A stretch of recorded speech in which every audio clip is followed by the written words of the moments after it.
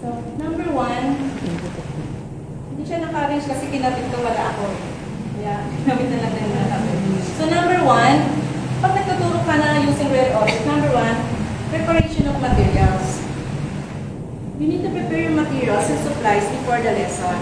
So, kung magtuturo ka, kailangan lahat ng real object na gagamitin mo nasa table na. Kasi I remember when I was in elementary yata yun, teacher ko magtuturo siya, gagamit pala siya ng mga real object. So, kahit ang mga real object mo, kukunin lang sa gilid-gilid, dapat mahalaga, nakaprepare na sa table. Hindi yung magla-lesson ka na, utusan mo pa yung estudyante mo, kumuha ka nga ng daon sa labas, kumuha ka nga ng bato. Hindi naka-prepare dito. So, unang gagawin niyo dapat, naka-prepare na yung real object na gagamitin niyo sa lesson. Okay? So, number 2. Ito. Familiarizing with the object. So, once you use the real object sa discussion, syempre, ikaw na magtuturo, kailangan familiarize ka dun sa object na gagamitin mo. Halimbawa, magtuturo ako ng math, then hindi ko naman alam kung ano paano gamit ito. Hindi ko naman alam kung ano ito. So, kailangan kung magtuturo ka, familiarize ka sa mga object na gagamitin mo. Kasi, ang pangatlo doon, you need to introduce your object to the learner. So, paano mo i-introduce yung object mo kung hindi ka naman familiarize? Like for instance, I'm going to teach math. Ang topic ko is measurement. So, I have here some real object na magagamit sa measurement. So, I have here the triangle. Pwedeng i-measure yung length. Pwede rin yung sa angle. I have here ruler sa length din. So, I have here weighing scale. Pwede natin maano yung mga light object lang. Makuha natin yung weight niya. So, ito supposed to be, dapat magdadala ka ng graduated cylinder. Wala akong makita. Since meron naman siyang makukuha mo naman yung volume ng liquid. Calibration na Calibration siya. naman siya. So, ito na lang dinala ko. So, number 4, the proper display of the object. Siyempre, kung gagamit ka ng real object, make it sure na naka-proper display yung object na gagamitin mo. Para yung mga estudyante, nakikita nila. Nakikita niyo ba? Ito yung ano. Number 6. Naglagay ako dito ng avoid passing single object. Number 5. Okay, number 5. Number 5. Make sure that objects are large enough to be seen. Na kung gagamit ka ng real object sa discussion, lalo na sa classroom, kasi di ba, minsan magtuturo tayo elementary o secondary, di ba naka-assign sa atin, isa sa sino. Make it sure na yung object na gagamitin mo is large enough to see. Kasi parang hindi naman advisable na gagamit ka lang ng pagka-librate sa klase. So, yung mga large, makikita ng estudyante. Ma-identify nila kung ano yung real object na gagamitin mo. So, number 6.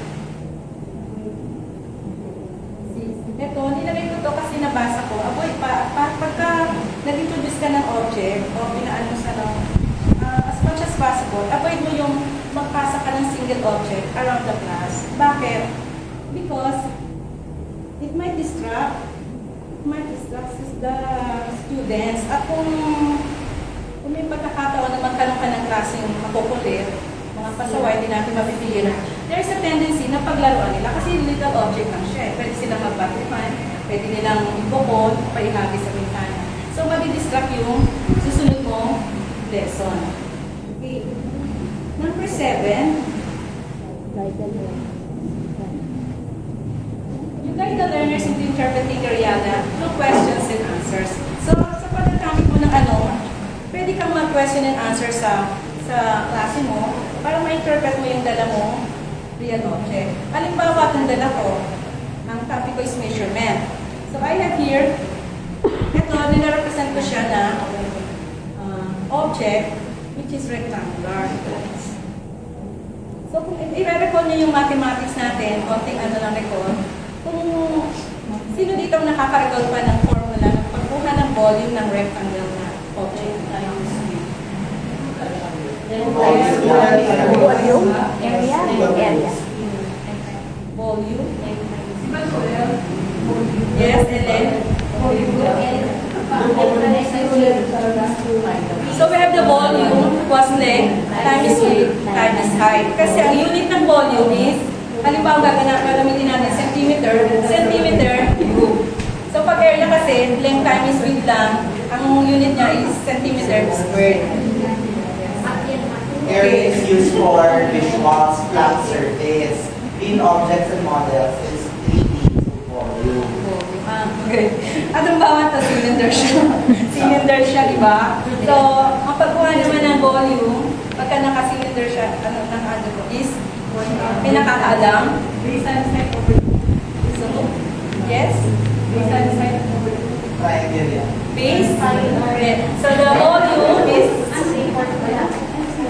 So, i-figure ko natin yung math natin. Ang pagkuha ng pagka-cylindrical is volume equals pi r squared h. Kasi, ito yung h natin, yung height.